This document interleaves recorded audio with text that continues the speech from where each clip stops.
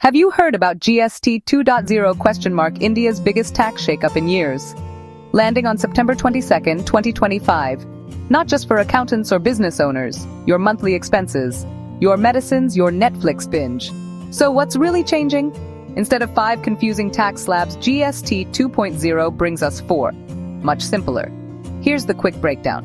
0%. Medicines, 0%. Food, 0%. Health insurance, 0%. Life insurance 5%, soaps 5%, cooking oil 5%, biscuits 5%, textiles 18%, cement 18%, electronics 18%, cars 18%, most services 40%, yachts 40%, luxury cars 40%, gutka.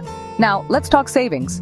Who doesn't love saving? Health insurance premiums, no GST. Life insurance premiums, no GST. That's an 18% saving right there. All those essential medicines, tax-free. Milk, bread, paneer.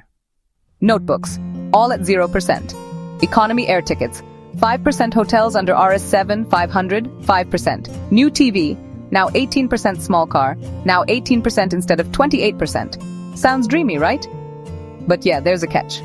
Branded clothing above RS2, 500, now taxed at 18%. Electricity bills might rise. Coal GST jumped. OTT fans, your binge nights stay at 18%. Let's make it real with a family example. Meet the Sharmas. They'll save over RS7,000 a year. Cheaper insurance, cheaper medicines, groceries, travel. The works. Businesses, insurance companies, more customers, fewer tax credits. Hospitals, more insured patients, pricier equipment. Pharma companies, bigger sales, tighter margins. So what's the bottom line?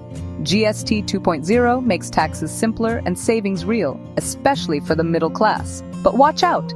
States may add local taxes to balance things out. If you found this helpful, share it and spread the word. And remember, before making big money moves, always talk to a pro.